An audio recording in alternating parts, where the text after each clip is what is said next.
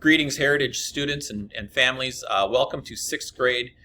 This is your homeroom for the year. My name is Mr. Westenorf, and I will be your homeroom teacher. You will see that there is a homeroom course in Canvas where we will have activities and lessons that we will work through to kind of put you at ease as we manage and navigate this distance learning platform that we are in currently. So I look forward to seeing you through the computer screen to start, but I hope that we are back in person sooner than later. A little bit about me. I've been teaching for 27 years.